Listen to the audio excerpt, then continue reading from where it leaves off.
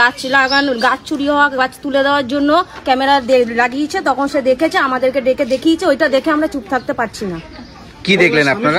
আমরা দেখলাম ও ছোট বাচ্চা থেকে শুরু করে বুড়ো কাউকে ছাড়ছে না, সবাইকে ঘরে ঢুকছে, দোকানে ঘরে ঢুকে দরজা দিয়ে দিচ্ছে। ঘরে না পেলে ঘরে যদি তার ছেলে থাকে সামনে থেকে তাকে নিয়ে দোকানে ঢুকে যাচ্ছে। সে মধুচক্র চালাচ্ছে এখানে।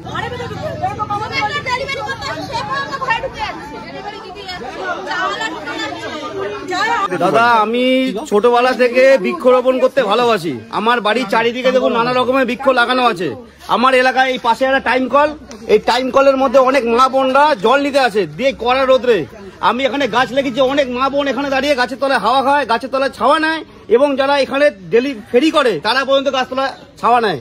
আমার এখানে রাতের অন্ধকারে গাছ তুলে দিত, দিনের বেলায় গাছ তুলে দিত। এলাকা সবাই জানে আমার গাছ তুলে দিচ্ছিল। আমি তার কারণে উপরে সিসিটিভি ক্যামেরা লাগাইনি, মোবাইল লাগিয়েছিলাম। একটা মোবাইল ছিল করে, সেই মোবাইলটা উপরে রেখেছিলাম দেখার জন্য।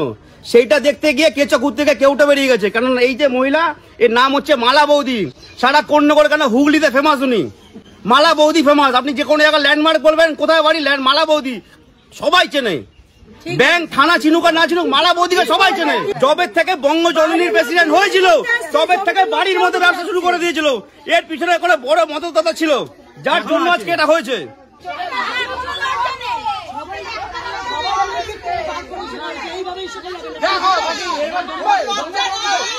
হ্যাঁ, আমরা জানিয়েছি, চিঠি দিয়েছি আমরা। কাকে?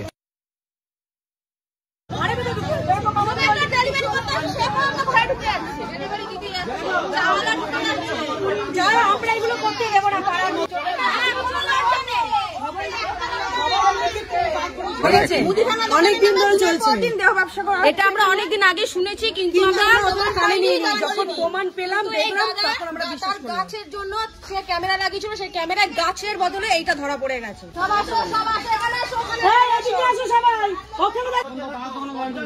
যারা আসতো তারা আমার পরিচিত, এখনো আসে, তারা পরবর্তীকালেও আসবে। যদি খারাপ কিছু দেখে তবে ধরবে। আমার বাড়ির আশেপাশের লোক আছে, ওরা ছাড়া আমার বাড়ির আশেপাশের লোক কেউ আপনাকে রিপোর্ট করেছে বা ওরাও আমাদের রিপোর্ট করেছে? করেনি।